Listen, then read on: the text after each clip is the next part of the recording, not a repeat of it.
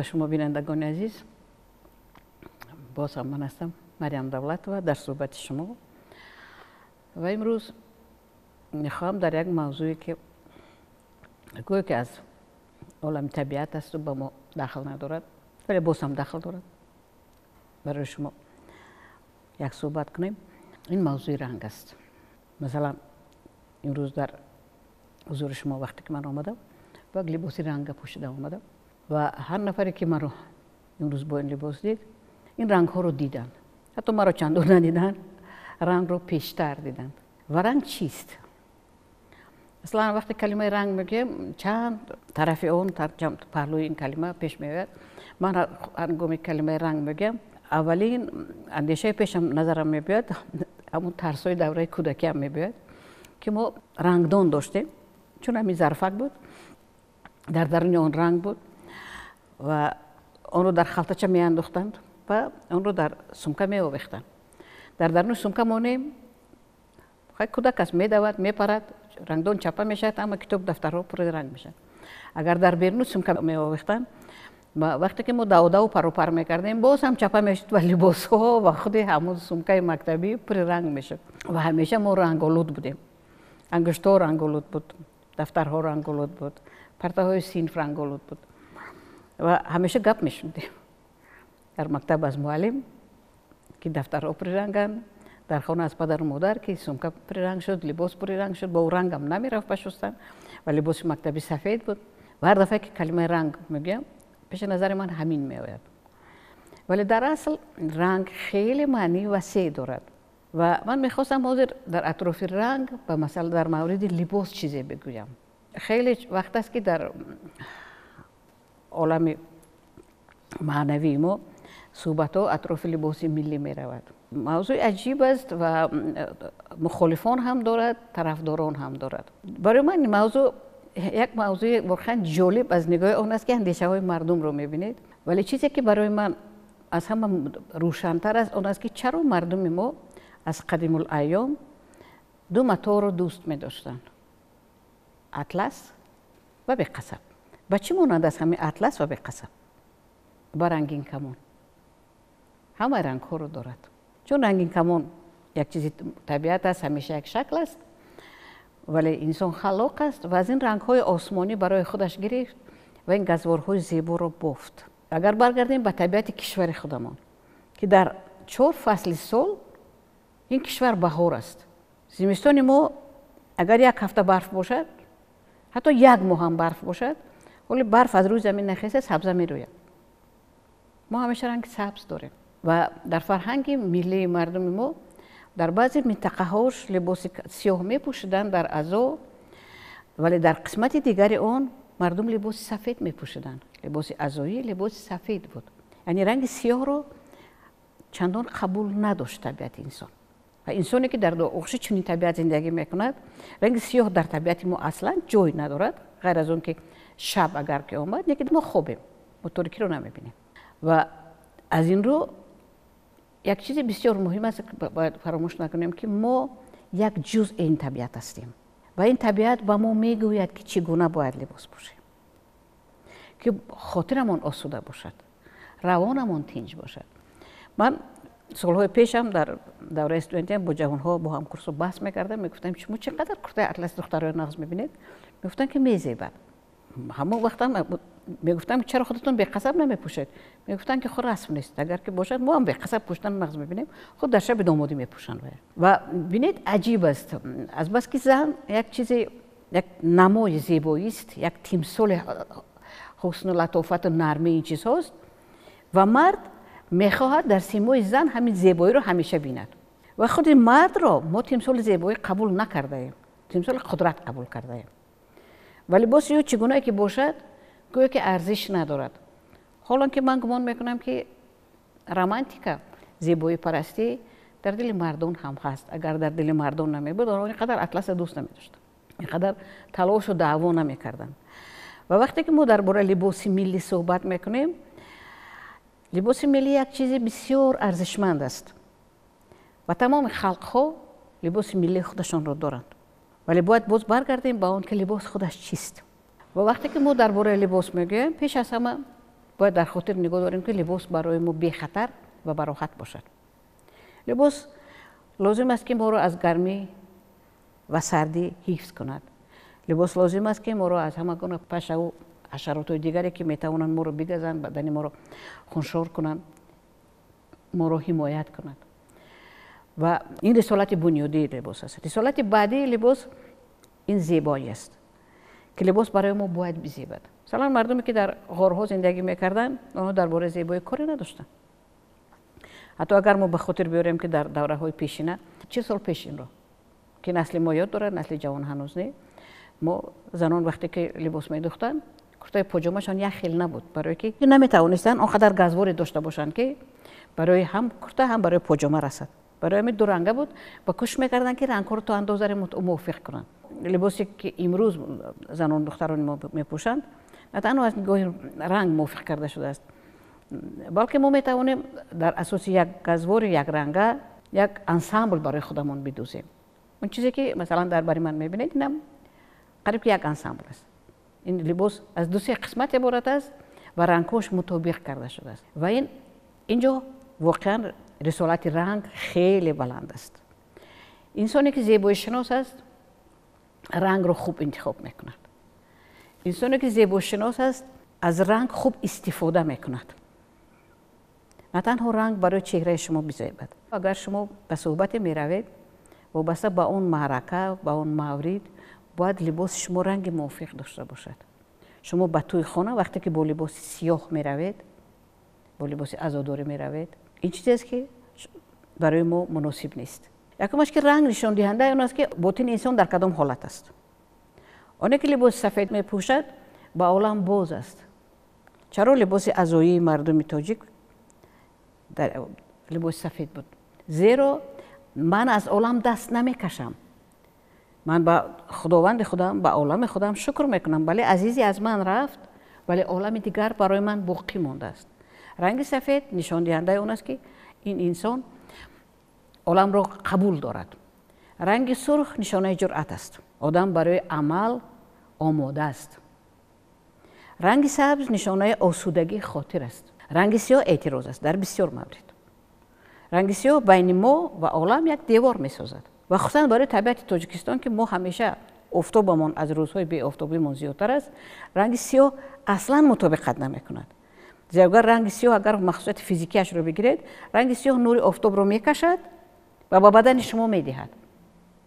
تصور کنید که در بیرون 35 درجه گرم است، ما با لباس سیاه کوچه برآمدیم و برعکس رنگ سفید نور آفتاب را انعکاس میکند و بیرون میبرد و درون در آمدن نمیماند. و لباس سفید در این مورد البته برای شما راحت‌تر است از نگاه اگر سلامتی جسمانی بگیریم. و باز هم از مثال اگر روانی بگیریم، امروز میگوید که جوانان سیاه میپوشند، متاسفانه بیشتر تقلید است. بله این تقلید است و تقلیدهای ناجو از آدمان نمیدونن. مثلا لباس سیاه را شاید در کشورهای دیگر بگذار، در کشورهای سرد برای آنها موافق است بگذار بپوشند. ولی نفری رفت در جای دیگر دید که مردم لباس سیاه پوشیدند و اون لباس سیاه با بانوی دیگر زیبید. مثلا اگر بگیریم کشور به ما نزدیکتر روسیه، منطقه سرد است، مردمش سفید پوست هستند و رنگ سیاه به چهرهشون همون سفیدی رنگ چهره پوست رو روشن‌تر نشان میدهد. برای آنها این رنگ شاید مناسب تر باشد. ولی برای یک تاجیک دختری که رنگ مویش سیاه است، چشم و ابرویش سیاه است، باز یک لباس سیاه دیگر را میپوشد، سیاهی را بر خودش ضم میکند و باز هم اگر از نگاه طبیعت بگیریم به منفعت خودش نیست، به منفعت جسمش نیست، عالم امکانیت های بیرون، عالم محبت و صداقت و من نمیدونم چیزهای دیگر یک دیوار روانی میگذارد. برای چه لازم است؟ اگر میدانست شاید این کارو نمیکرد. و یک چیز بسیار مهمی دیگر است که مردم به این چیز عادت میکنن، به چیز ضررناکه. چون که وابستگی که مردم به می دارند، به سیگار دارند، به عادت‌های بد دارند، حتی به همین لباس هم عادت میکنید. دفعه دیگر خودتون رو در لباس دیگر دیدن نمیتوانید، زیرا معینه شما آن رو قبول کرد همچون چیزی معمولی، چیزی عادتی و چیزی درکاری شما. و بخش دیگری آن دیگر مقابلیت نشان میدهد. شما وقتی رنگ دیگر رو میپوشید، خودتون رو در آینه میبینید، خودتون به خودتون معقول نمیشوید. گپ در سر آن نمیرود که شما بی‌زیب شدید. گپ در سر آن میرود که مغز شما رو چگونه میبیند.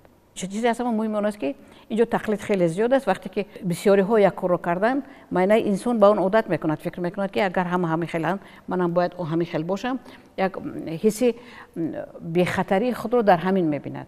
هر کس اگر خودش رو بشناسد، هر کس بداند که برای او کدام لباس میزیبد، کدام رنگ براش فایده‌ناک است، کدام رنگ رو هنگامی که در بر میکند در آینه خودش رو میبیند دلش روشن میشه و اطرافیانش. بسیار مهم است که جوانان اندیشه پدر و مادرشان رو بشنوند، زیرا پدر و مادر آن چیزی رو میبینند که جوان نمیبیند.